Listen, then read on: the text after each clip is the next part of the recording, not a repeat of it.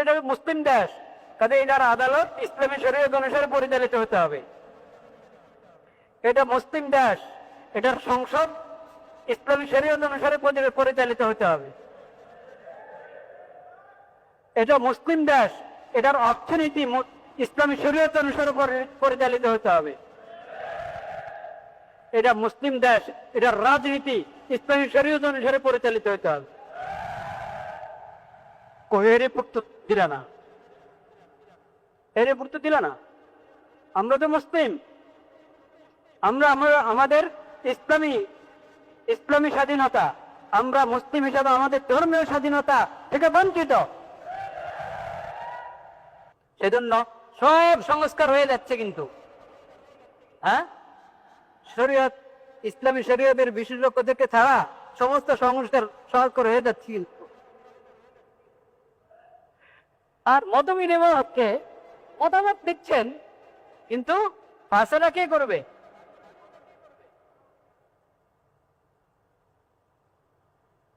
ওটা প্রশ্ন কিনা? সব রাজনৈতিক দল থেকেই নিচ্ছেন, কোন কোন আলেমদেরকেও ডাকা হয়েছে, তারপর মতামত দেন সংস্কারের বিষয়, সংবিধান সংস্কারের বিষয় মতামত। কিন্তু ফায়সালাটা কি করবে? মতামত তো নিলে সবার থেকে, ফায়সালা করানোওয়ালা তার ফায়সালার মানদণ্ড কি? তার ফায়সালার মানদণ্ড যেমন না প্রফেসর ইউনুস সাহেব, ডক্টর মাননীয় প্রধান উপদেষ্টা দেখেন বসেন, ওনার মাথার উপরে লেখা আছে কি?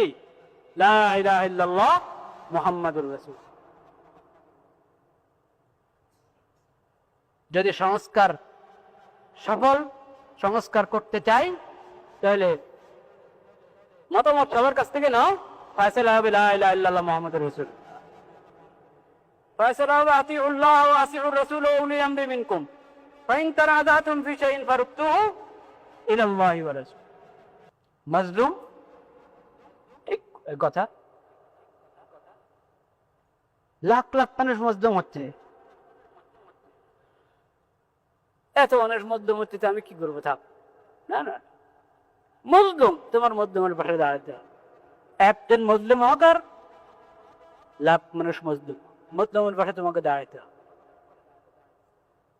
জালেম একজন হোক আর 1000 জন হোক, তার প্রতিবাদ করতে হবে। যদি শক্তি সামর্থ্য থাকে, তাদের হাত ধরতে হবে, জুলুম থেকে বারণ করতে হবে, যার হক নষ্ট করছে তার হক নিয়ে দিতে হবে। এটা ইসলামের শিক্ষা। জালেমের শক্তি বেশি হওয়ার কারণে তার জুলুমের নাম ইনসাফ হয় না শরীয়তে। শরীয়তে ওর নাম ইনসাফ হয়।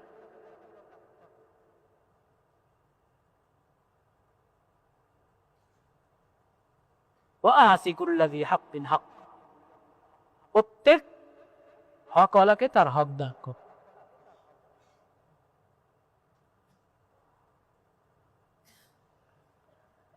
লা ইলাহা ইল্লাল্লাহ, লা ইলাহা ইল্লাল্লাহ, লা ইলাহা ইল্লাল্লাহ। তাদের রিপোর্টে ধর্মীয় স্বাধীনতা বাংলাদেশে যথাযথ পালিত হচ্ছে না, স্বাধীনতা পাচ্ছে না। কারা পাচ্ছে না? এই দেশে বিভিন্ন ধর্মের মানুষ আছে, ইসলাম ধর্মের মানুষও আছে কিনা? হ্যাঁ, তো ইসলাম ধর্মের লোক যারা মুসলিমরা তাদের কি কি অধিকার থেকে বঞ্চিত হচ্ছে, ওটা রিপোর্ট ছাপাও। তা তো বললে না। বাংলাদেশের ধর্মীয় স্বাধীনতা উপস্থিতি রিপোর্টে ছাপাচ্ছে, ওটার তালিকার মধ্যে মুসলিম সংখ্যাগরিষ্ঠ, তাদের ভাষায় বললাম, ওদের কি কি অধিকার নষ্ট হচ্ছে, ওটার তালিকা নেই।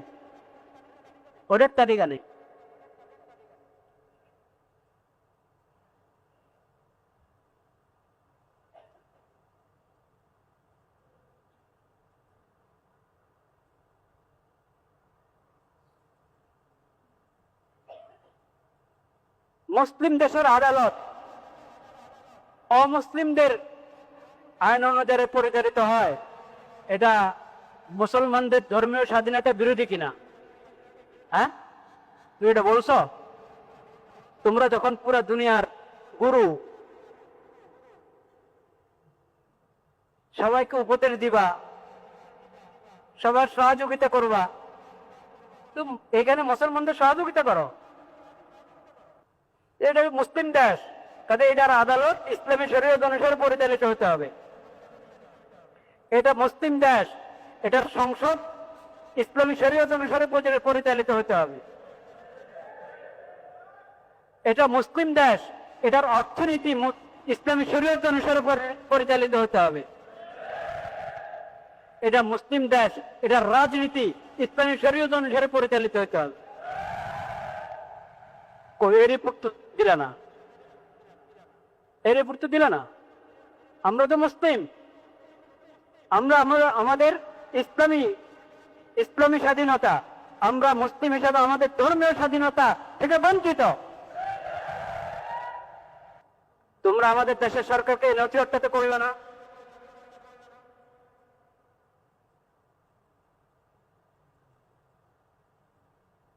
যাদের আগাগোড়া বৈষম্য, তারা আপনাদেরকে সমতার শিক্ষা দিবে, এটা আপনারা আশা করেন?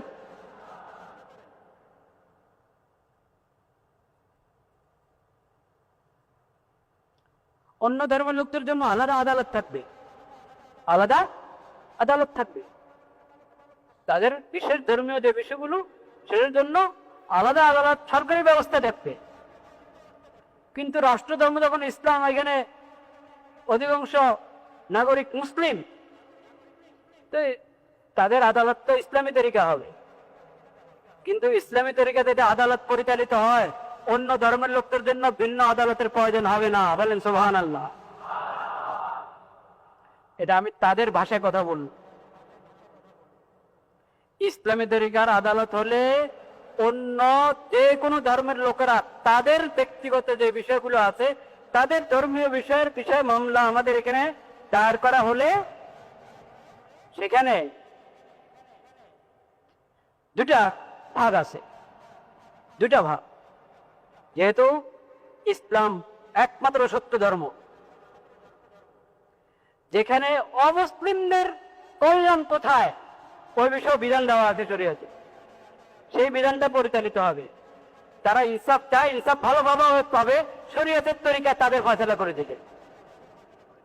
আর একান্ত যেটা ওদের নিজস্ব বিষয় শরীয়ত, তাদেরকে তাদের যে ধর্মীয় স্বাধীনতা দিয়ে রেখেছে শরীয়ত, ইসলামী শরীয়ত, সে অনুসারে তাদের ফয়সালা করে দিবে।